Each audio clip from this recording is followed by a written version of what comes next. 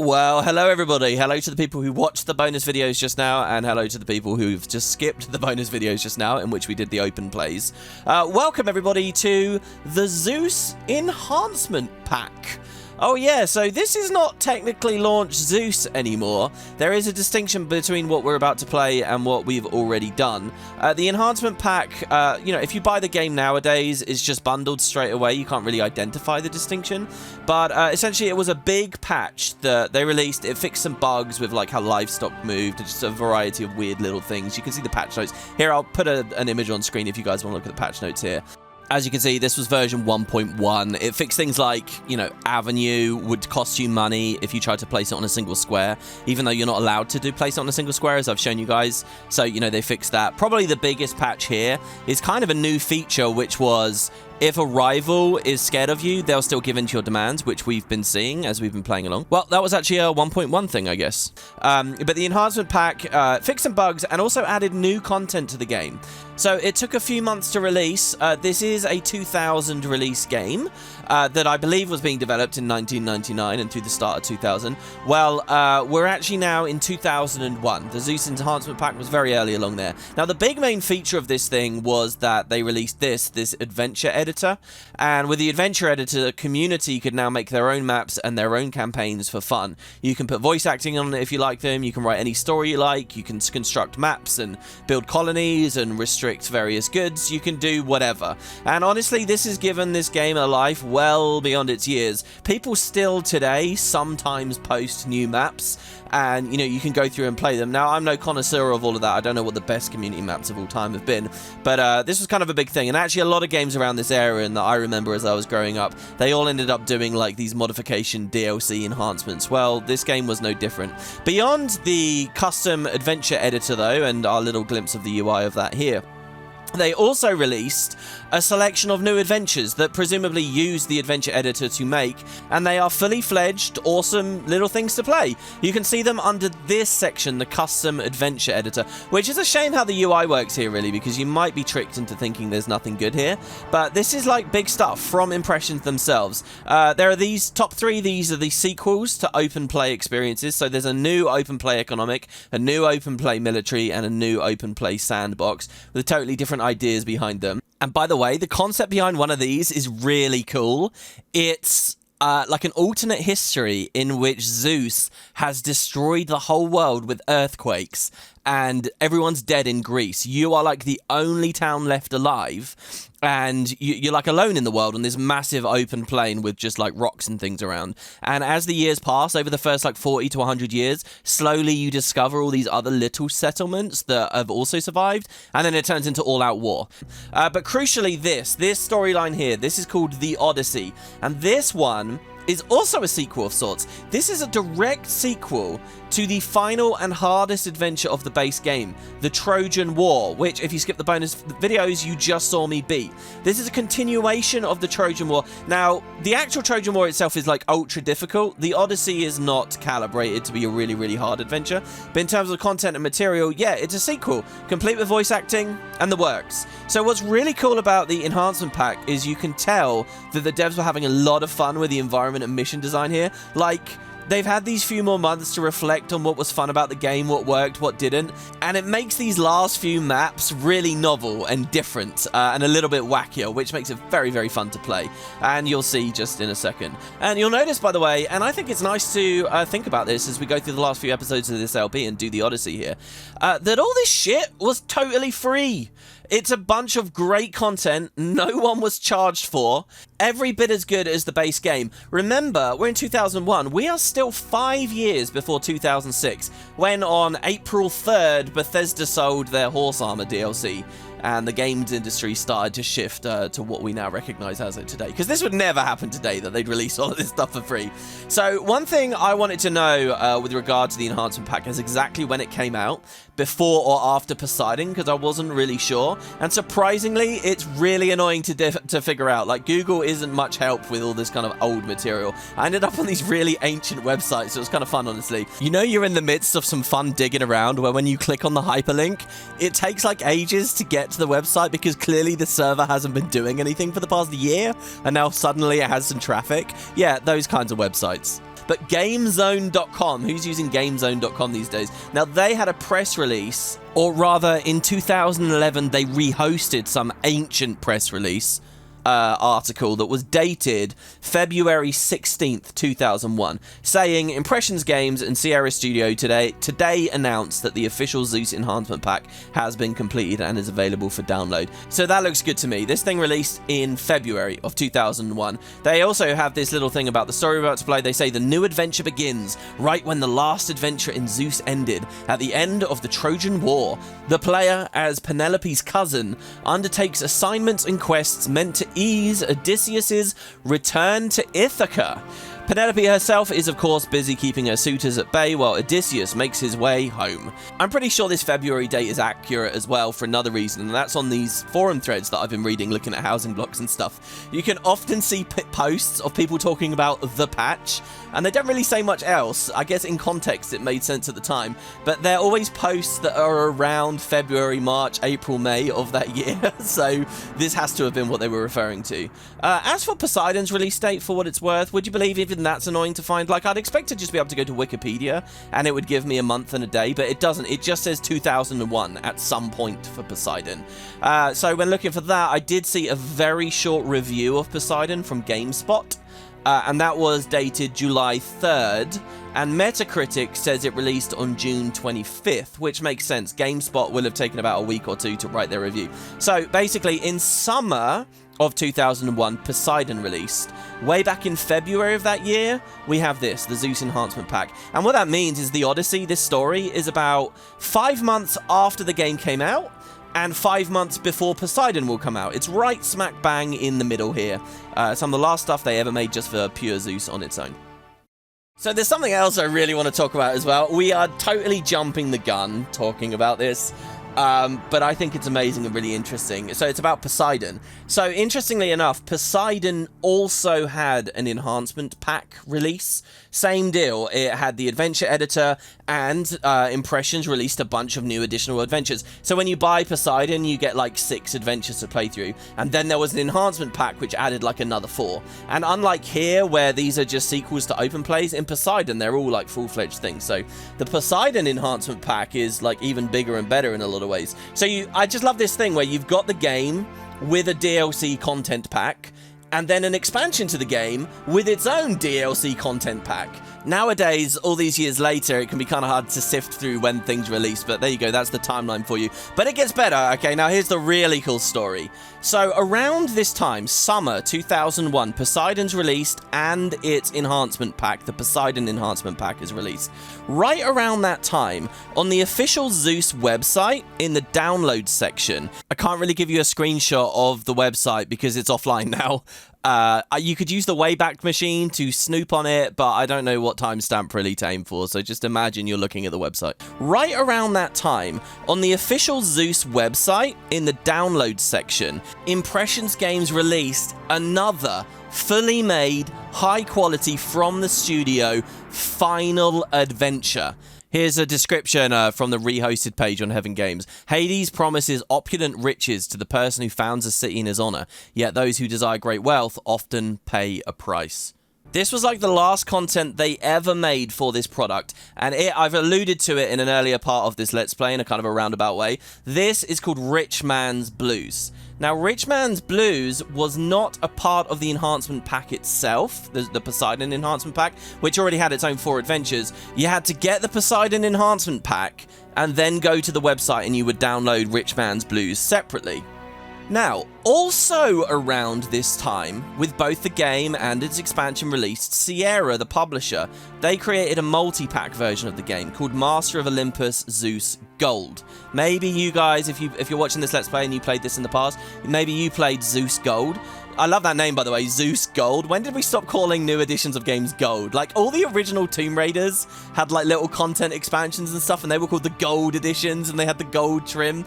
Man, gold stuff was awesome. They should bring that back. If I ever made a game, I'd have a gold edition for sure. Anyway, so the Zeus Gold edition was meant to be like the ultimate bundle, everything. It's a double pack, one price. You get Zeus, you get Poseidon, and all the enhancement packs all at once. And this was the thing I really wish when I was younger that I had, because I never played Poseidon in the first place. I didn't even know about it until I was older. So the exact release date of Zeus Gold, I can't figure out at all. This one's much more of a challenge, not without a lot more Google digging than I'm willing to commit here. But, and I suppose this is a bit excessive already, I did find someone selling on eBay, and by snooping on the pictures on eBay of his case, which I've taken here, and looking on the back and zooming in, I can see that Zeus Gold was still also released in 2001. So it's all still 2001, and that's something. At the exact month and day, I don't know. By the way, check this out. We're transitioning from big box PC games of the 90s with the giant cardboard boxes to the new thin style of cases in plastic that we have ever since. You know, this gold edition was on the new style there in late 2001, but the original Zeus release was the big box. You know, we're right at the cusp, we're right at the threshold at this era of gaming. I think that's quite interesting. Anyway, so let me be clear. I neither know the exact release date of Zeus Gold or the exact release date of Rich Man's Blues. I can't find either of those, but that's important. Why are those dates of interest to me? Because Zeus Gold is meant to be the ultimate everything edition of the game. You get it all at once. And over a decade and a half after all of this, when digital distribution platforms were coming online, like Good Old Games, who were the first, and then Steam, when these platforms re-released the game, like I'm playing it on Steam here now, when they re-released this as digital downloads available for modern hardware, it was Zeus Gold that they picked. So yeah, when you spend 20p on this game on Steam in a sale, what you're actually technically buying is Zeus Gold. But tragically, when this all happened around the same time, but when Sierra originally threw together Zeus Gold, they didn't include Rich Man's Blues, because it was this separate thing that was a download on the website, I guess. It got left out. And therefore, when you buy this on Steam, when you buy it on GOG, where the majority of players nowadays experience the game, they don't realize that Rich Man Blues exists. They don't get it, even though they seem to have the ultimate bundle. See, so here on this list, I have every custom adventure available. All the stuff from Zeus and Poseidon listed together. Rich Man's Blues isn't on the list. It's missing. And so the question on my mind is this: did Sierra just plumb forget to include Rich Man's Blues? Or was it maybe actually because Rich Man's Blues wasn't out yet? Maybe it was developed and released near the end of 2001 after Gold's launch, so it couldn't have been included. You know, that would make Rich Man's Blues pretty new content comparatively, right near the release of Emperor, I guess, which was, what, a year later? So a third possibility might be as well that they deliberately left out the Gold Edition to drive traffic to the website. Who knows? But the website is down, obviously. It's all bust and defunct now. And what it means is, yeah, you still have to go to a third-party website. Zeus Heaven Games has it if you want to experience that last campaign, Rich Man's Blues. And I just think that's an awesome story. You know, that's hidden content most people totally miss out on, and it's probably a story for a Poseidon Let's Play, because this is all Poseidon content we're talking about now, but I have no plans to make that anytime soon. I don't remember this trivia for the future, and it's kind of relevant for now, so there you go. That's the story of Rich Man's Blues. But let's rewind the clock now back to early 2001 with the Zeus Enhancement Pack. Oh, as one final tack on, I have read a comment from a guy on Heaven Games on the forums who suggested that as well as Rich Man's Blues, a couple of Impressions Games playtesters released one or two of their own custom adventures as well. So there might be even more than just Rich Man's Blues, but I have no idea where they are, what they're called, or even if that forum comment is telling the truth. And I doubt they have voice acting or anything. A playtester releasing a little something on the side after getting home from work also may not be as official as I'd quite be excited by, but you know, that's of some interest too. Anyway, let's get back to the game now. This whole rant is just my chronicling archivist personality coming through here. It doesn't matter anymore, I suppose. But there it is, I'm putting it on the record. Alright, well, after long enough staring at this screen, nothing for it but to load on in. Let's see it. The Odyssey. The Trojan War is near its end, and the Penelope eagerly awaits the return of her husband Odysseus. Help her prepare the way for Odysseus to come home. So if you remember, Odysseus was very briefly in the Trojan War story. I guess episode 1 of this story kind of overlaps with the end, because this is while we're fighting Sparta, we're attacking them as an ally and all that, I guess. Because actually in this first episode, we're going to see Troy... Oh, sorry, not attacking Sparta, attacking Troy. Oh, we're going to see Troy fall from like another perspective here in episode 1. Also, yeah, all this big black bar around the outside, yeah, that is intentional for this video. I'll explain in a second. But first, let's listen, and we'll have some new dialogue. It's been, you know, so much the whole game's just been male voices, men. Well, here we get a new voice actress. My dear cousin, The war has been raging for nearly 10 years now, and I sorely miss my husband, our king, Odysseus. I believe that the tide will soon turn for our men, and that Paris, Hector, and the rest of that dastardly Trojan lot will meet with defeat. Soon, Odysseus will be home. The war has not been easy on any of us. Odysseus and his comrades have known great hardship in the battlefields, and we here at home have seen the horrors of war firsthand. With Ithaca left vulnerable by our king's absence, a marauding band of Trojans destroyed our fair city. I want you to help me prepare Ithaca for her king's return. While I busy myself stocking the king's home with the finest luxuries, I want you to call upon your well-known skills and rebuild Ithaca. Odysseus has looked upon destruction for 10 long years. I don't want that sight to greet him upon his return home. Make sure that Ithaca is a thriving, bustling city that will please the king's eyes. Please carry out my request with joy in your heart. Our king will soon be home. Yours, Penelope. There we go, yours, Penelope. These are all written as letters, so the idea is we are Penelope's cousin, and every time she writes to us, she's going to say, "Dear cousin, blah, blah, blah, blah, blah." So let's try to recap here. There's this place, Ithaca, and they've gone with the same story that we had, what was it, when we were at Sparta? They're like, oh, the whole thing's been destroyed, just remake it. So it's just going to be a giant empty field when we get there. But Ithaca should sound familiar to you guys. Now, this blew my mind about this playthrough. When I call this a sequel, and why I've been talking about Ithaca so much lately, let's go up to Olympian, we will play it on the hardest here, is because of this. When I say to the city here, let's make sure we're in paused. The parent city for this final campaign, well, what might it be? You know, surely it's a new place. It's not a new place. It's a place we've been before.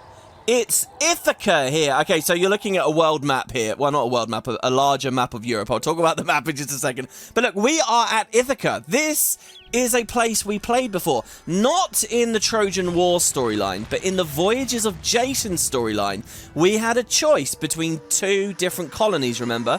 The Ithaca one was brutally hard. The longest video in this entire Let's Play, clocking at 3 hours long, was an Ithaca episode. Ithaca was the place where we had like almost no trade, and Scylla was destroying everything I placed. The Cyclops appeared for a brief second, the marble quarry on the Moon Island existed, and then an earthquake struck it. That was that place. Incredibly difficult. Ithaca was a really, really tough mission in the base game. And of course, Tenedos was a really tough mission. Tenedos being in the Trojan War campaign itself. I have to say, I ended up having more trouble with Ithaca than I did with Tenedos. Probably because we over-prepared for Tenedos, to be honest, and I got blindsided by Ithaca. So Ithaca's already been a big thing in this Let's Play. Ithaca also, it was a choice of colony, if you remember. And so we could have missed it, but as I was pointing out at the time, that was the only place you would see the heroes hall to Odysseus, except the mission later in the Trojan War. So it was like there's this whole hero, there's these monsters like Scylla as well that he will fight, and you could only see him in this mutually exclusive thing. It's like the devs, Impressions, released the game and barely used Odysseus. So now when the Zeus this is what I'm convinced happened. When the Zeus enhancement pack came out, they were like, okay, let's use Odysseus a bit more. So as far as the lore is concerned, the mythology, the history is concerned, Odysseus is the king of Ithaca, okay, technically speaking. So Penelope, our cousin, this fake character we're playing, we're managing it while he's away right now. And that's why when you right-click Odysseus in-game, he's like, I'm usually a king, and yet now I'm a vassal. Isn't that weird?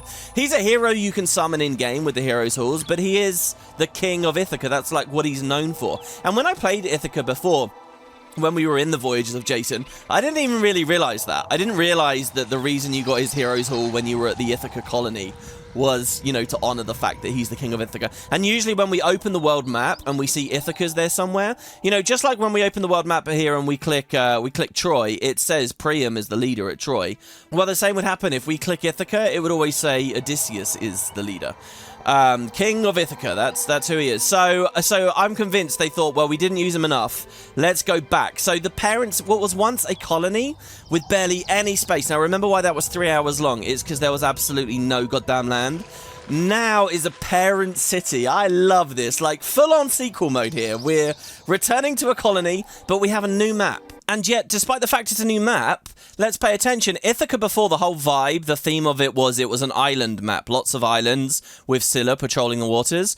What I think is a great touch is it's still an island map.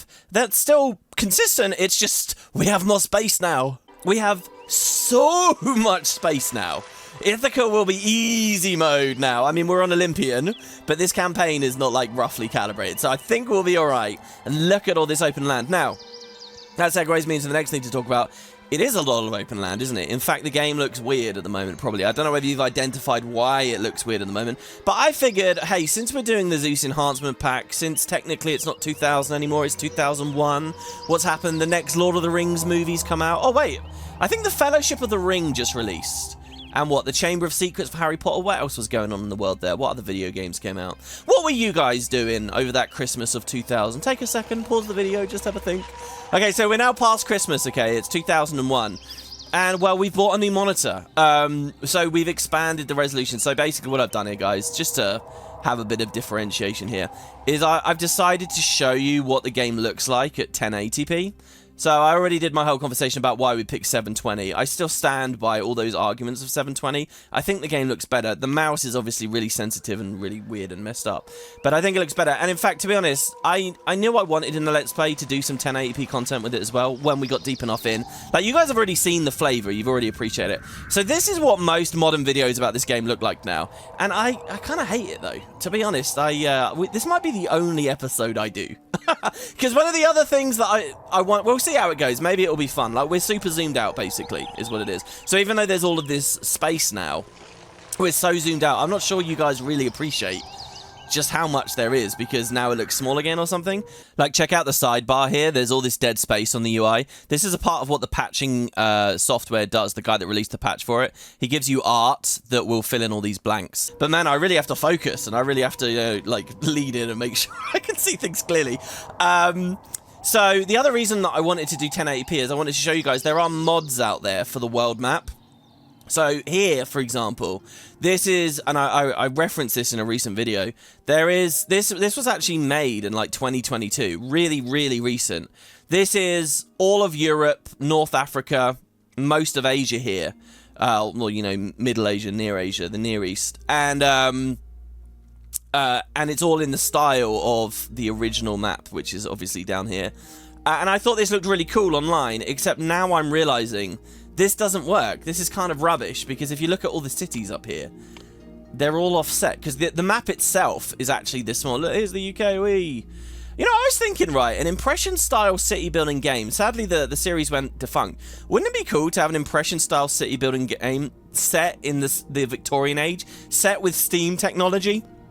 A bit of industrialization, so you can place like railways round and stuff, and you know, it's just a bit more mechanized. Coal is a commodity, stuff like that. I think that'd be really amazing. And hell, they could have set that one in the UK, but obviously never ended up happening. That's a bit of the itch which this game doesn't scratch, but Minecraft certainly still would, especially if you're using like the create mod or whatever. Anyway, so yeah, the world map is it's a disappointment here. There is another version of it that instead puts like these frescoes and lovely art around on the outside. And do you know what? I think I'll just install. I'm gonna cut now. I'm gonna go install the other world map, because I don't want to play this episode looking like this. So give me 1 second and we will return. We'll start building at Ithaca round 2.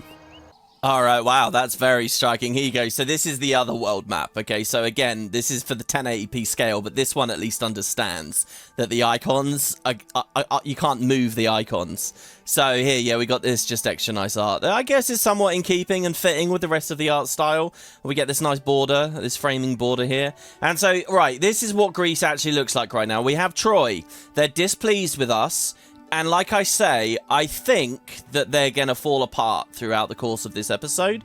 Their leader's Priam, right? In the intro to this story, they talked about Paris. So what's the difference between Paris and Priam? I guess that's something for Black and White WP to deal with here. Yeah, look, Paris was who Orlando Bloom was playing in Troy. He's a mythological figure. He is the Prince of Troy, and you know, if you saw the movie when I recommended you watch it, you'll know who he is now. He's the prince. He's the son of the king.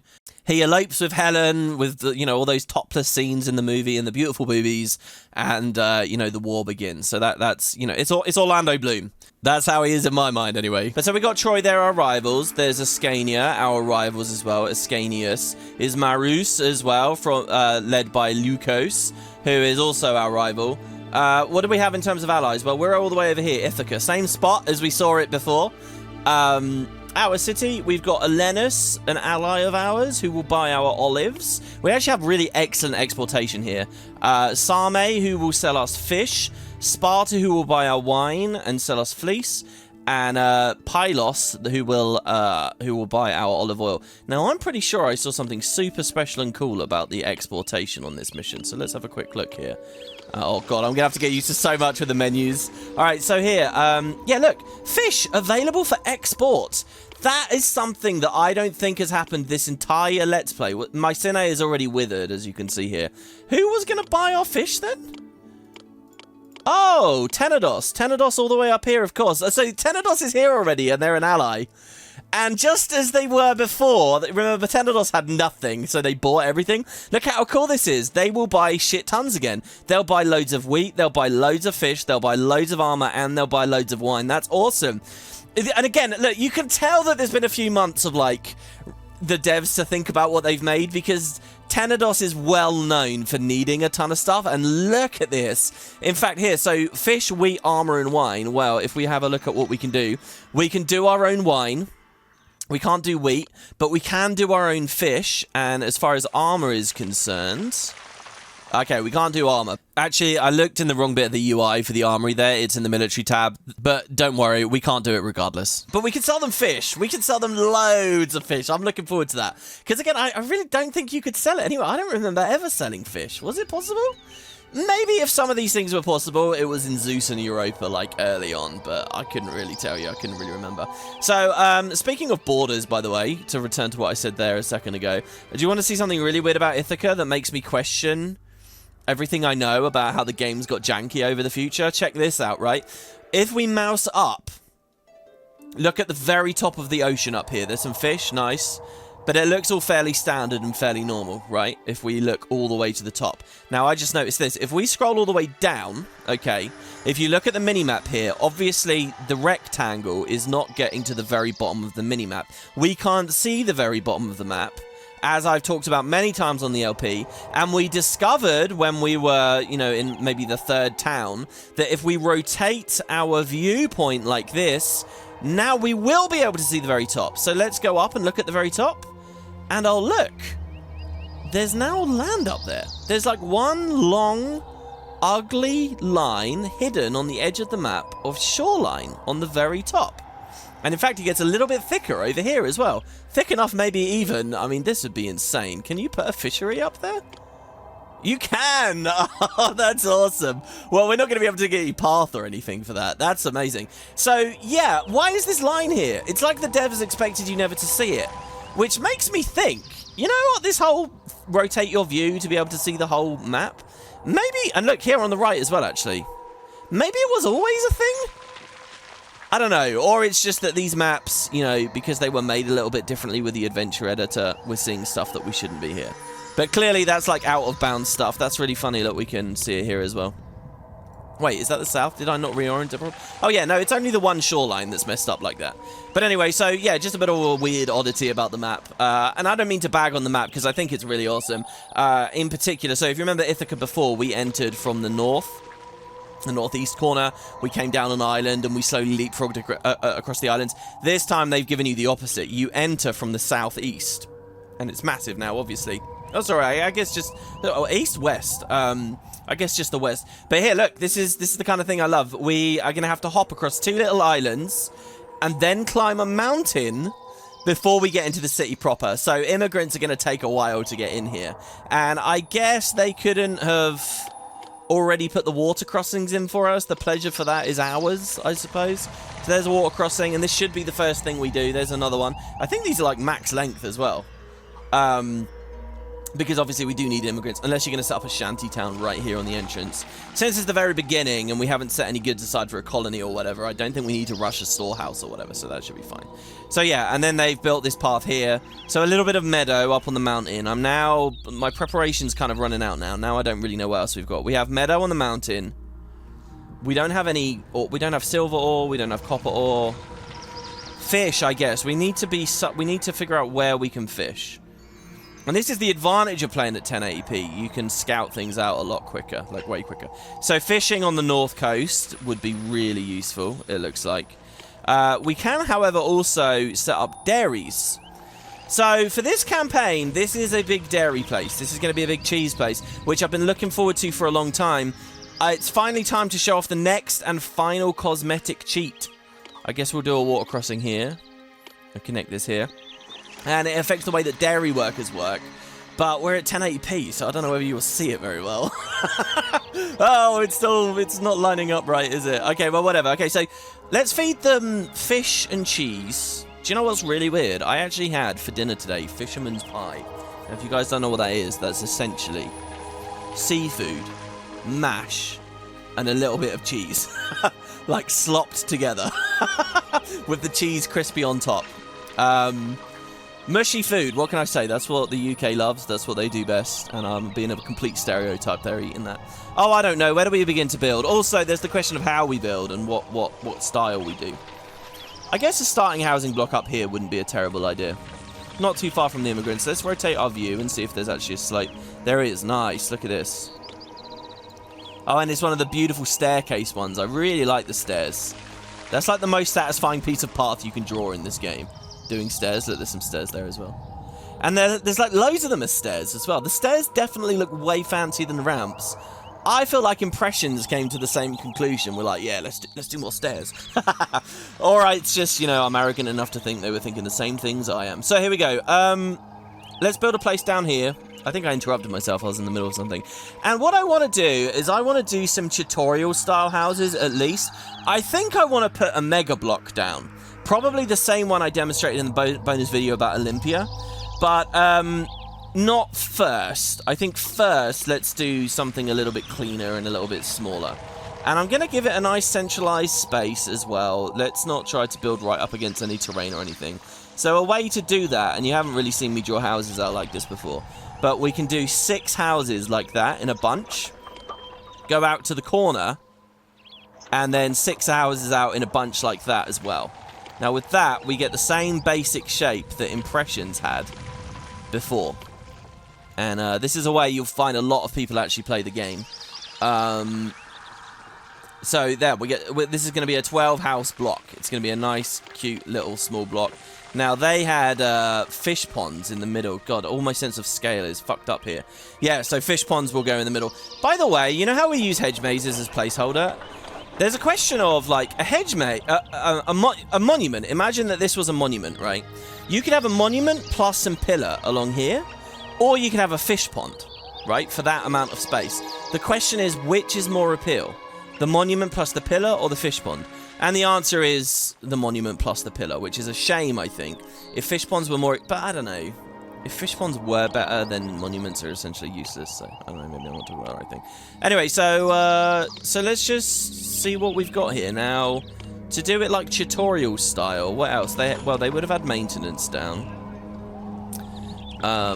We're going to connect the road in. And we'll give them a roadblock. And I can't put a fish pond on the inside yet. So how about we just do 1 house there.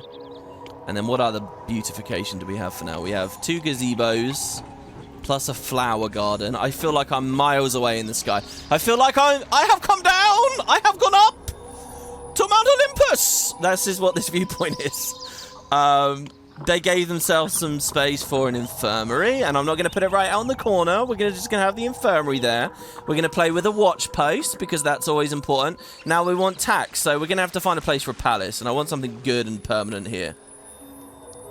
Oh, by the way, guys, I noticed as well, while I was looking for all these files for, like, a world map and stuff, believe it or not, there was a file posted this year, which apparently tweaks the audio engine for the game. And in the description, the guy's like, yeah, maybe that guy won't lose his spear so much now. So I guess it reduces the frequency of the idle conversation, which, I don't know. I guess people hate it, but to me, what is Zeus without that kind of, you know, stuff happening?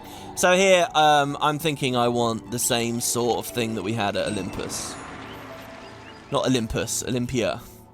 In terms of a palace. Now, we don't have walls, though. Oh. Well, that'll just be alone there for now. We'll do the walls later, I guess. You know, these opening instances are where you get all the time in the world. Nothing really crazy is happening. Jesus, we don't have much money, though. Oh, another little mechanic I wanted to show you guys is we started this mission, obviously, on Olympian. There is, on the options, a difficulty thing here. And in theory, you can turn that down. And I've been wondering if this is like real-time scaling. So maybe you start the mission on Olympian so you don't have the initial pocket of drachma. And then you drop it later and maybe you find a good balance. But I don't think this is real-time. All the prices stay the same. I don't know if anything else changes. I think this will just affect the next mission we go into. So you can scale an adventure as it's going along. But of course, we knew that anyway. Every time we come to this screen, you can usually adjust it. So whatever. Okay, right, then they'll want food. So we'll give them an agora, and an agora on the end seems quite fun. And now I know what I want to do with the agora. I want to give it the parks, just like they did. So they had like a 2x2 there. They had a 2x2 there. Well, these have all come out really, they're all the same. That looks awful. Well, whatever. Anyway, so we'll have a little 2x2 with a food vendor on the inside. The food vendor will want a granary. The granary... how do we want to do this? I'm thinking of cutting a path along this cliff here. Oh my god, we really don't have much money. Scary stuff. We will build a granary here. Whoa, hold on. I gotta get the immigrants in. Let's unpause here. We gotta get the immigrants in, because everything's gonna break otherwise. Honourable Potatoverse, your city needs more workers. If the job vacancies go unfulfilled, services could suffer. Alright, let's use our technique here. Let's bump our wage rate up to max to get the most stuff in as possible. We could shanty town to teleport people up to that maintenance post as well. Let's do that here. 1, 2... But it's money every time we do it, so I don't want to do too many houses. We're going to delete these pretty quick here. And now we're going to shift our industry into hygiene and safety on very high. And I'll probably just leave it like that for the rest of the campaign. There you go. That means that this maintenance guy is walking around. Excellent. So I'll notice that playing at 1080p, you can flip the viewpoint more regularly. It feels cleaner and safer to do that. So the granary will go... So there's space for a road out down here, which maybe we'll want to earmark for later. Now, if we've done that and we remove this, can a granary squeeze into that gap? No. I mean, we could pull the path out and just around the front of it. So it essentially is in the gap, but not really. I'm going to try not to be on pause too much here. And so on Olympian, we need to be very careful about our maintenance post positions. Try to have them at end of roads. So there you go. So that'll be a granary for our guys here. And then we'll have a storehouse as well for them. This storehouse is going to get... olive oil, and it's gonna get... I really like the font here as well. I haven't really talked about that. Christ, we're at the point we're talking about the font for the game. But I do like it, and I noticed on the download section, someone's made the best version of it that they can, like a copy of it. Now, I'm really surprised by the amount of money that goes into fonts and stuff. Like, I was looking up for Guild Wars videos a few years ago, like how to get the font that they use in game or something that looks like it, and it's like this really expensive thing. It's crazy. Anyway, Troy Withers! Oh, great Potatoverse, the city of Troy has fallen into disarray and has gone into isolation, separating itself from the world. Any relations you might have had with the city have been severed. Oh my god, the art here. Wow. This must be some famous piece as well, by the way, surely. So let's see it. This kind of makes me think, you know, I'm really into certain UI art. Oblivion, like all the class design. In Baldur's Gate 3, there's all this really amazing art for the subclasses and stuff. I think just looks brilliant. And this kind of makes it feel a bit like that, actually. I'd love to be able to draw and create UI like that. Right, so Troy is withered. Bye-bye. So like I say, this episode seems to line up with the end of the Trojan War. Like, we just did that. We just attacked Troy. We just took them out. They've withered away. Or maybe this is a few years later, hey, who knows. But that should mean Odysseus comes home, right, guys? You know, they stole the Palantir. It wasn't a Palantir, was it? What, the Palladium. You know, Poseidon's Palladium from within Troy.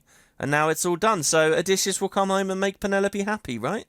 I like how they role-played us as her cousin as well. Like, what does that mean? That she's off limits or something? But it's ancient Greece. I don't know. Is that actually true? Population milestone, 100 people.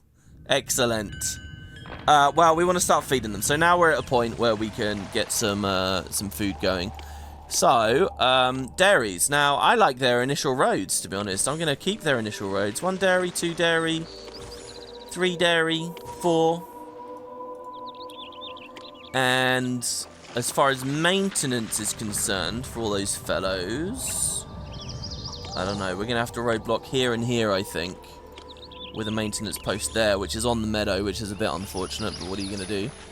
And then what we could do, a fire? Oh, right, yeah, you guys, you've served your purpose now. You can leave now. Thank you. Thank you very much. Bye-bye now. I think having them on the very top would be cool. It's less efficient. Oh, whatever. Let's dot them around. Okay, so we can have some goats up here. And we can have some goats down here. And some goats down here. Now, I'll show you the cheat. I don't know how good this will look. I'm sure we'll go back to 720p at some point. And it will look better. Okay. How is our... Oh, here we go. A military decliner is Maris as well. Okay. That's an interesting tidbit. Let's see, because the guys are not going out to tend to the goats, and I need to know why. 60 workers needed! Oh, this isn't enough houses. This is just not enough. Is it because I put 4 down? No one even works in one of them. Alright, we got to do more houses. This flank, I'm going to do houses.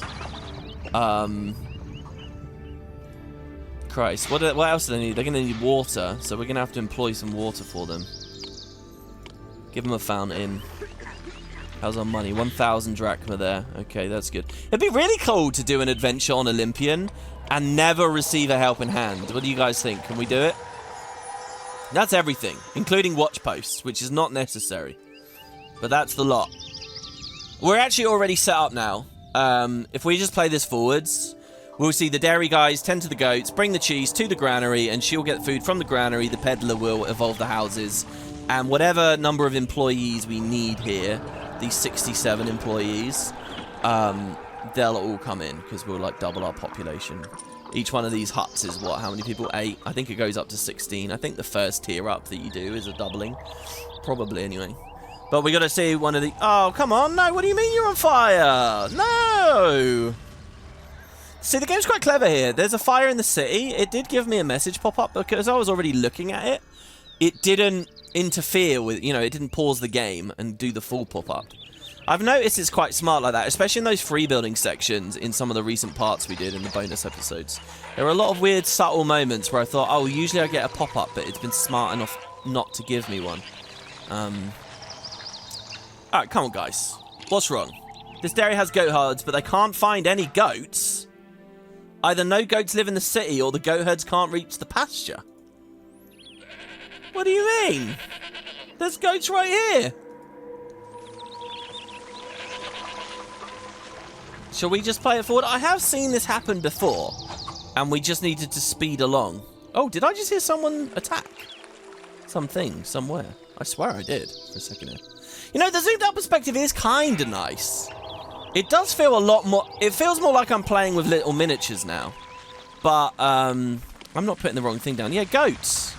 How are you on fire again? Alright, well, I can see what's going wrong here. It's that you're not actually patrolling the right way, are you? No, you were you? I'm not sure. Right, let's speed this along. What are they doing? Can't find any goats. But they're right on that field behind you. He's not blocked off from anything. This guy's not blocked off from anything. Should we replace them, maybe? Let's turf them up. Don't really have the money to be doing this. This is weird. I thought we'd just be chilling here, but apparently we've got some weird head-scratching puzzles to solve. Oh, weird. Weird. Okay, first of all, I sped it along for a while, hoping that,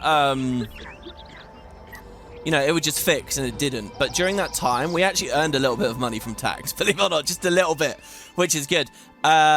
And then I just turned hygiene and safety down from very high. And look, he's off. This guy, though, still can't find any goats. But he should be able to. I don't see why one can and the other guy can't. But we got a tiny bit of cheese there. He just milked a single goat. Should we try to, I don't know. Should we try to... If I put a dairy back there, will the guy come out? The problem now is... Oh, okay. We definitely have an issue here. Because look... I'm not moving until you hire someone to help me unload these goods. All right, we don't have an issue. I was going to say, I thought it was a pathing issue, but it's just that we don't have storage and distribution. So we've got to pay people a little bit more to move the cheese. Come on, sir. And now nobody works the places at all. Oh, I'm going to put some more plots down. I have to, guys. I have to. I'm sorry. We'll maybe do some... Find a place for a fish pond later. But we got to get these first people. Basically, these guys are going to get a little bit of cheese now. Off she goes. Evolve and then lose all their cheese. Because the goat herds refuse to work. By the way, I don't really know what's going on with the animation at the dairies. Like, what are they doing? They're smashing this drum, I guess? I don't get it. There's that episode. What is it? I think it's an episode of Dexter's Lab. If you guys have seen that show, right? There's an episode of Dexter's Lab where they, like, churn butter. And they just make it look like the most tedious, boring, unbelievable thing that you can imagine. So here we go. The shacks are evolving. He immediately turns around. Oh, look, the goat herd's going. Oh, and that guy, we have 2 goat herds. There you go. He needs more goat herds. All right, I don't know what was going on there. I think it was an employment thing. I'm not 100% sure. But there we go. The cheese is going now. Wow, what a huge distraction that was. Yeah, anyway, do you guys remember that episode of Dexter's Lab? I think it was Dexter's Lab. And it just made me think it was the worst thing. Is that what they're doing here? They're like, does creating cheese require hitting things? I don't know how they put the fucking skin on. So I don't know how they make cheese. I don't know. All right, Nemean games begin. Well, we're a little bit behind here, aren't we? Okay, let's show off this cheat. So, goat herds. Being surrounded by cheese all day only makes me hungrier. Now I know how Tantalus feels. I know how Tantalus feels. Oh, Tantalus. So that's how he looks. Now, if I go Control-Alt-C and I type in the almighty word, two words, sorry, cheese, puff. By the way, with these cheats, I think it's important to do uppercase for, like, the C and the P here, for example. Well, they changed. Let's right-click him. These goats won't milk themselves. If they did, I'd be out of a job. Oh, it doesn't appear to have, it doesn't appear to have affected all of them. That's so weird. What? And also, when I right-click, it just says empty land. That's so weird, actually. Hold on, how does this cheat work? I thought it changed the walkers into these just ridiculous-looking guys, like these cheese slices, which is just amazing. I would love to hear from Impressions what inspired this particular idea for this particular cosmetic cheat. But they're just standing there. Isn't that weird and creepy and strange? They're just watching and waving and waggling about a little bit. So again, here's the thing. I'm at 1080p. If we were back at a normal scale, we would see them much better. So what, do I have to keep re-entering to spawn more and more of these guys? Are they associated with the buildings? Oh, they are associated with the buildings. Look. They're waving. They're like offset from the building. This guy's just embedded in this rock, so we can't see. Oh, that's very interesting. Oh, and in fact, I see. This is the only animated element of the building now. The stuff out the front of the guy hitting has disappeared. It looks like they're unemployed. They're not unemployed. It's just a guy's waving way off in the distance. So there you go. So that's Cheese Puff. There are more cheats to show, and in fact, as we progress through here, I'm going to show you the last couple. The other ones are actual cheats. And not in ways like fireballs from heaven, fixing earthquakes kind of cheats, but just straight up, hey. Well, I won't spoil what they are, but yeah, we will get through all the cheats as the Let's Play continues here. So there you go. Those are the cosmetic ones. I sort of wish they'd added a few more, to be honest. That would have been pretty fun. Okay, so we got 42 unemployed people. What do we want to employ them to do? Well, fleece is a thing. We can't make our own fleece. We're going to have to import our own fleece. So let's go have a look. This ally, Arenanet here. By the way, also Same. This was referenced in a couple of the campaigns and missions, but we've barely ever interacted with. And here we are in the enhancement pack for the Odyssey. They're doing it. By the way, does it occur to you guys, this is all about Odysseus, right? Great adventurer, king of Ithaca, Odysseus. And it's called the Odyssey. Ah, brilliant. I didn't even realize, like, that's what they're going for there. So anyway, Same doesn't do anything. Pylos will sell us fleece. But in order to buy the fleece, we're going to go into debt, and we're going to need a helping hand if we do that.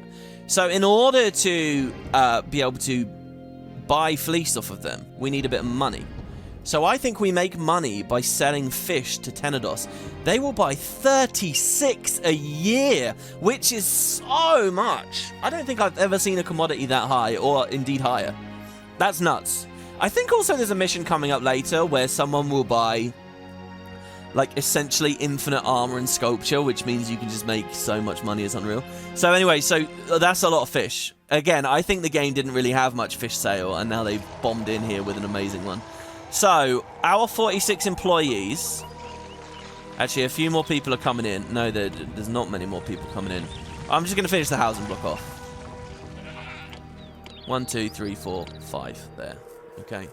And in fact, we could do some corner trick stuff. All these people are going to go... Some employees have to work the pier. The other employees have to work fish. And what I'm going to do as well is I'm going to come to the granary, and I'm going to say you're not allowed fish. And wheat's fine for now. I actually had a cool setup at Olympia in the previous part as well, where I had to do something like that.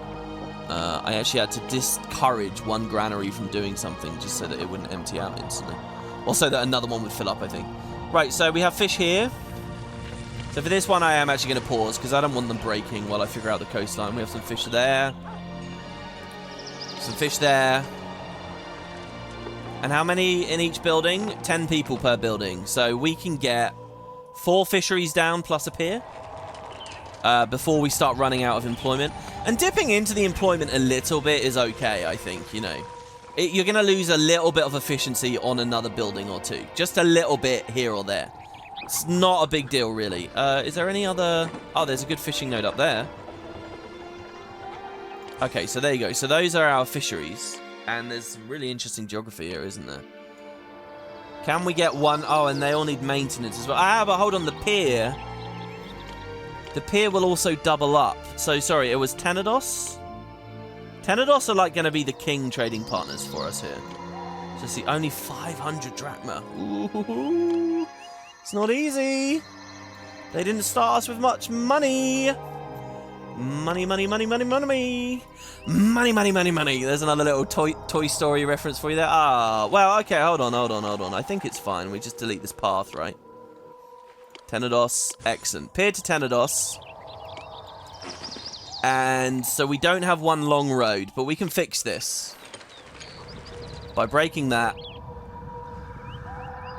Can we fix it in such a way that we can trust the maintenance man? Can we do that? That's the question. I don't think we can, actually. But I'll try it, since we've come this far. Oh, man, I'll tell you what. Okay, the game is not as pretty, but it is a lot more playable at 1080p. It's a lot, like, clearer and cleaner. So there you go. One long road. It hits everything. And I'm going to put maintenance on this end, and we'll see if he gets all the way. And that will be... Oh, don't give me a helping hand. It's only 42 drachma. It's only 42, and then we're going to start selling the fish straight away. So we need 15 workers to fully max out what's going on, but these guys are coming in here, so that's fine. Oh, a helping hand from Pylos. I didn't want to do that. Oh, let's decline the helping hand. I thought you might appreciate a little financial help, but I guess you don't need it. I'll take my 2,400 drachma back home since you refuse to accept it. That's quite a lot of drachma he's offering there as well. Come on, get up there. All the way. You can do it. Oh, yeah, he did, though. He did, because, yeah, there you go. See, no hazards. Because, obviously, he emits a radius around him. So, excellent. So... building somewhat damaged here, but he gets back. A helping hand from Same. No. I'm going to earn my own money. It's okay. We're going to earn our own. Now, if I refuse that, the dialogue is written such that they're annoyed with me, but I'm hoping that they respect me for that.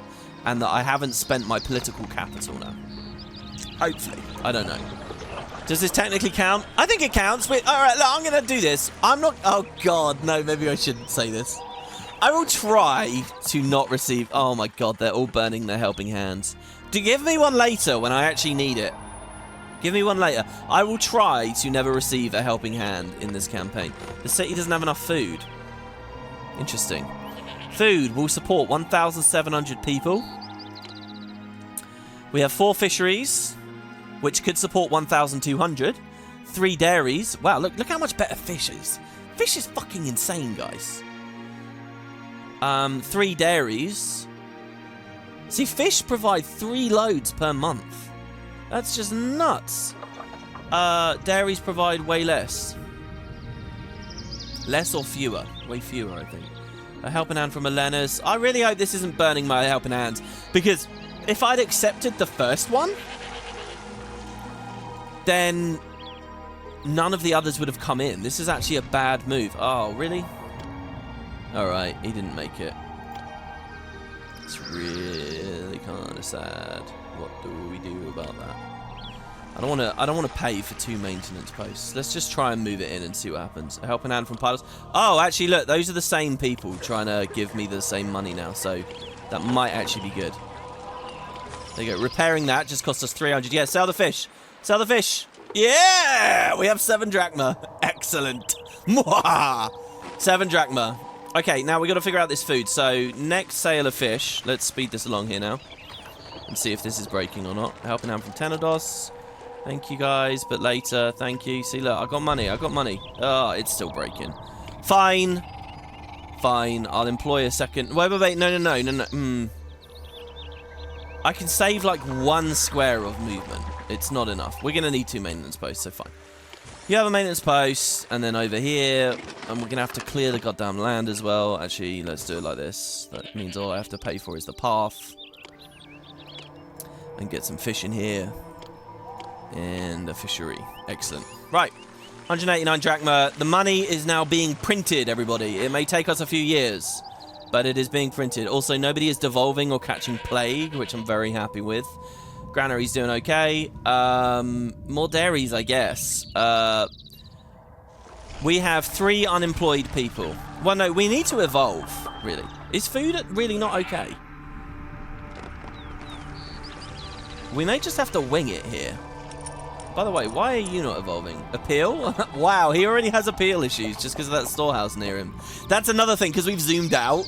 This distance is not as great as I think it is, because I have a weird perspective now. I do like seeing it from the alternate view here with the shacks looking weird and different. How many times have I mentioned that? We could corner trick and squeeze a couple of people in as well, actually, I guess.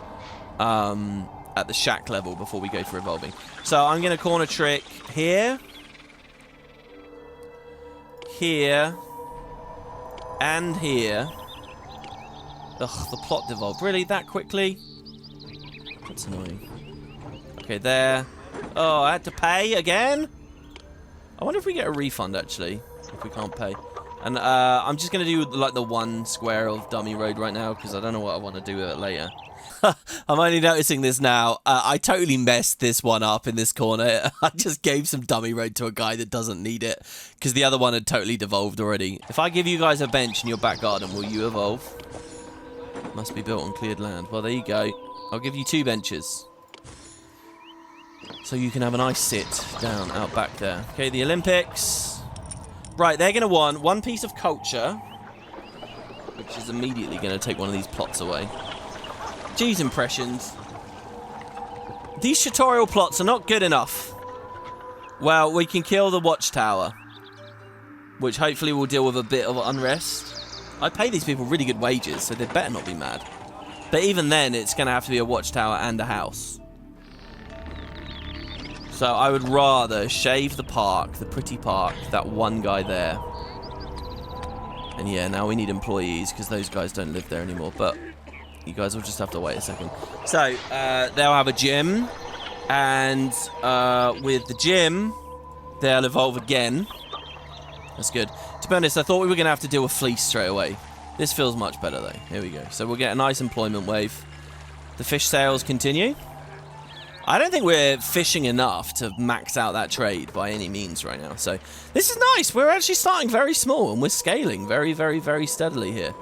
These guys also don't have enough appeal. So how about we give them a flower garden and then another one and a gazebo in the middle, watching the price as much as we possibly can.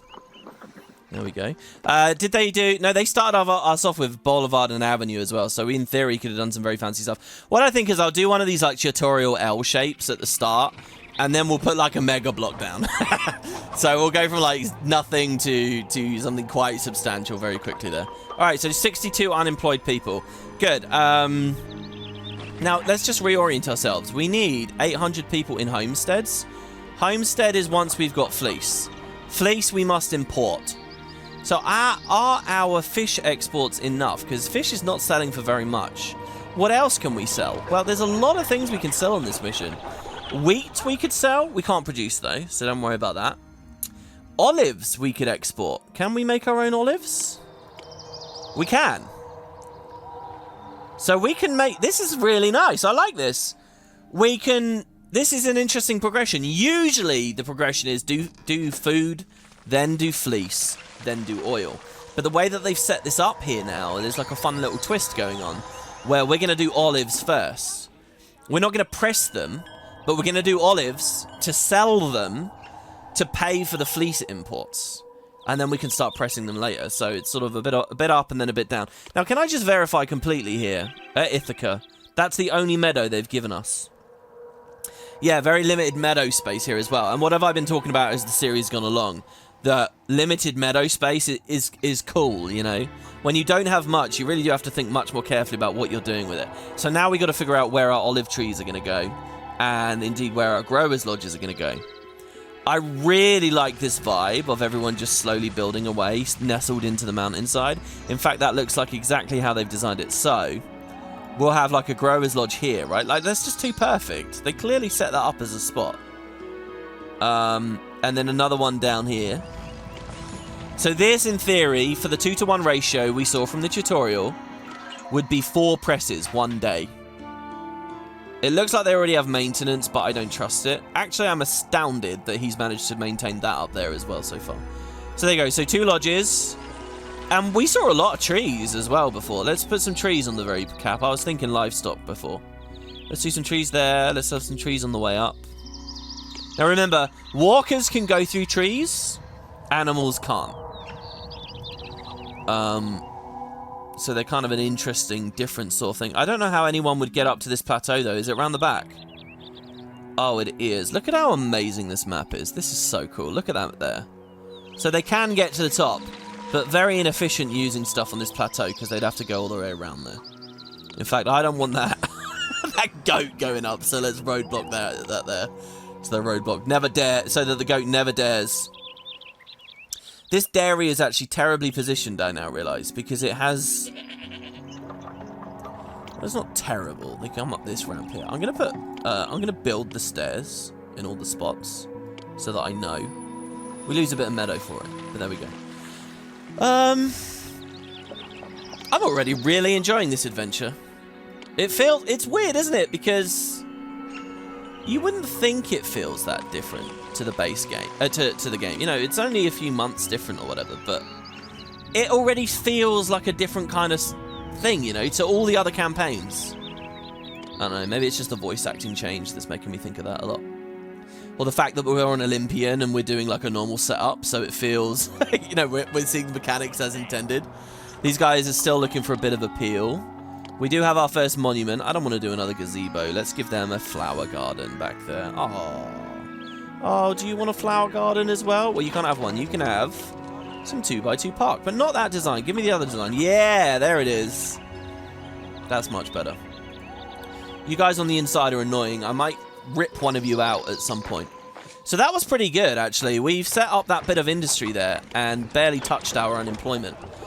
So considering that we're actually going to be exporting the olives, I'm thinking of doing, and since we have the employment here, 60 people, for a humble little town of 600, will it hit 10,000 one day? Well, I don't know whether it will quite get Olympia level of getting to 10,000.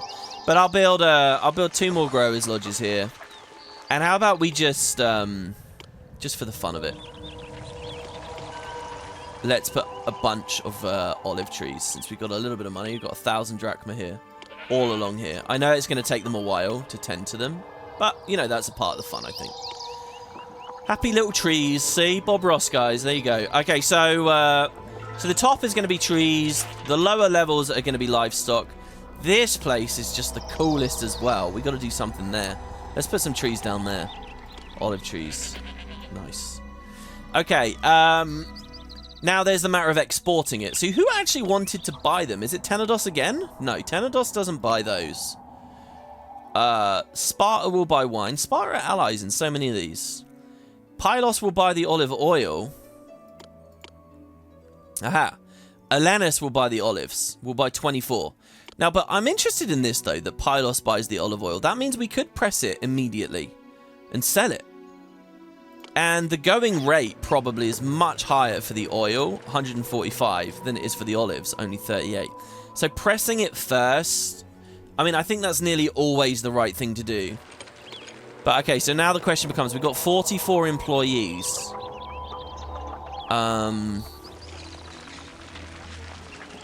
We've built 4 lodges, so in theory, that's 8 presses. Also, I think that the olive press industry is going to be somewhere different. I think we're going to have a pier, like, here. And so there you go. They're waiting already. What do we want to do? Do we want to sell them straight away? And then import the fleece from that? No, I want to press it. I want to press it. I think we can afford it. We have 44 unemployed. Oh, no, I'm going to sell it straight away. Okay, who was it? It's not Pylos. It was Same, right? Same. This is going to be one of those Sime things, isn't it? Where it turns out to be Kaime. My guess is that M-E on the end is May. I bet it's Same. I bet that's how you're supposed to say that. Same. No, he just sells fish anyway. Why are we talking about him so much? Who was it? Arenanet. Right, so we... Oh, and that's a trade post. Now, how the hell is trading going to work on this map? We could set it up on the island on the far left. By the way, look at this marsh as well. This is a little delta that they've drawn. I haven't seen them do this kind of detail work on a map before this.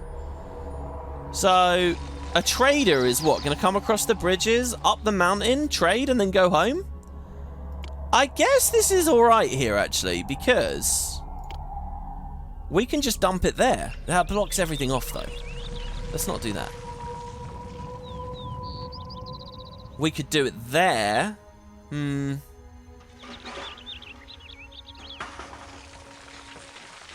Whatever. Yeah, we don't need to give him the shortest route, because he'll only trade so much anyway. So there you go, selling olives. So they'll throw that first bunch of olives on there. So we're getting money from that as well now. We're selling lots of fish. We're selling lots of olives. We need more cheese. Okay, so we can use this little bit of employment to set up a few more dairies.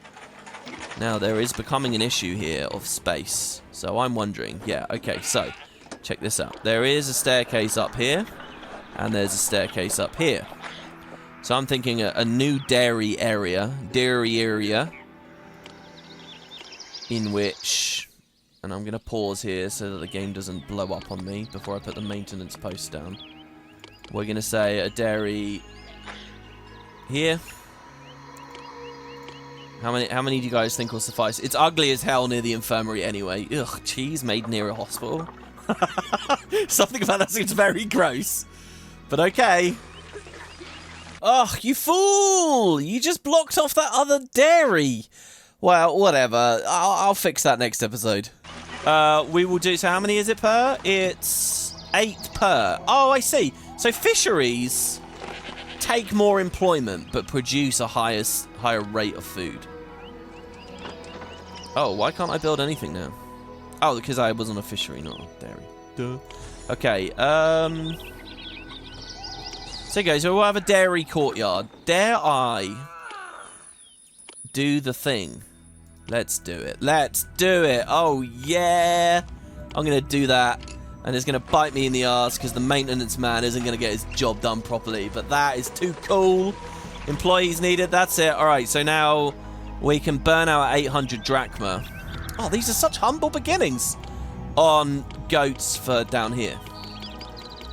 So these dairies will make sure that when we evolve our houses more in a minute, we don't immediately go bust. And I want to see that granary filling up, basically. So there you go. And, oh, and here, look. Now that we've rotated our viewpoint, you can see the way that the the dairies are supposed to look. The cheese guys are supposed to be in the courtyard. Why they had moved off on the side before, I have no idea. Maybe it was just something about... Yeah, it's just something about this viewpoint. It's just teleported them off to the side, which is really, really weird. So you go, the Nemean games conclude. We didn't do well, guys. We have been befuddled. That's the Nemean games, right? Oh, no, the Nemean games are like... They're an athletics competition, but not the Olympics, yeah? So you got the 3 mini competitions, and then the Olympics is everything. Nowadays, the Olympics don't do philosophy and stuff, so that's interesting. Now, let's just watch here real careful. See hazards.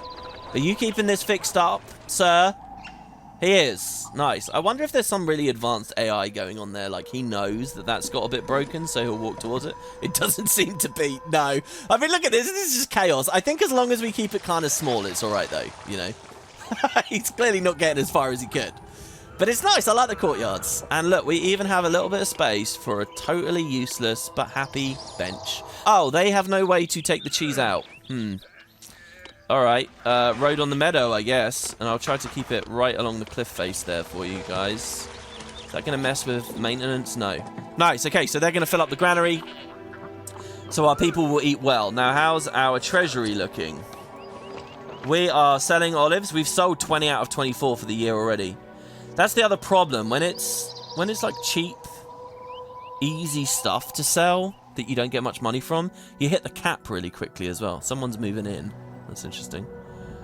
Oh, these two guys, they're tag teaming it there. I want to see one of the traders actually come through. I want to see them use the water crossings, because I never caught that. Is there a chance he's coming from somewhere else? I don't think so. I mean, we really are just an island here. There he is. Here he comes. Oh, our journey was long and arduous. What do you have for me? What do you have for me? Well, sir, I have olives. Plenty and plenty of olives.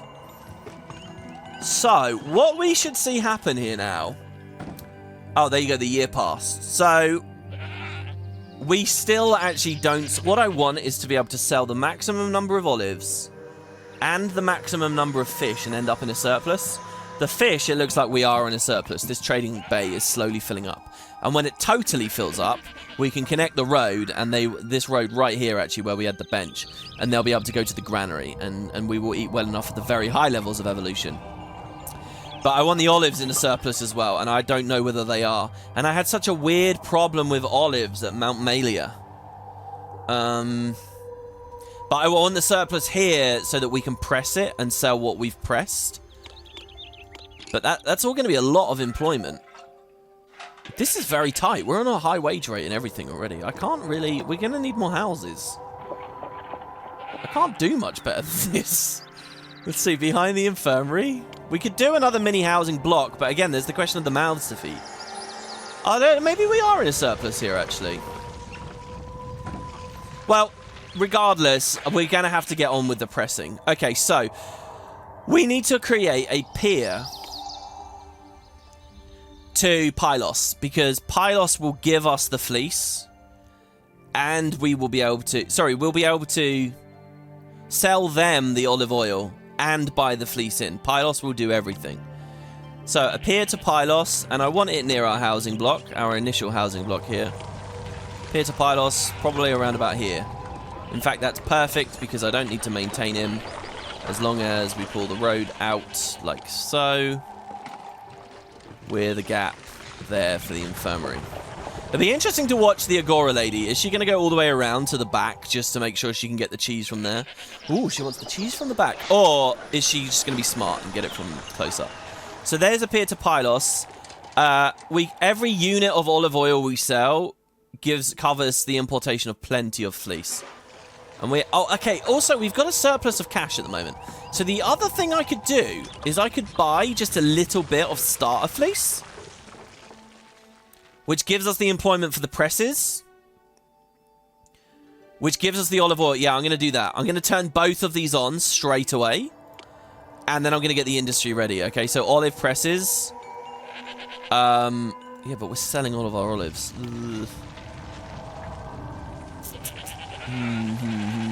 Where's a good place to start pressing them as well? I don't know really.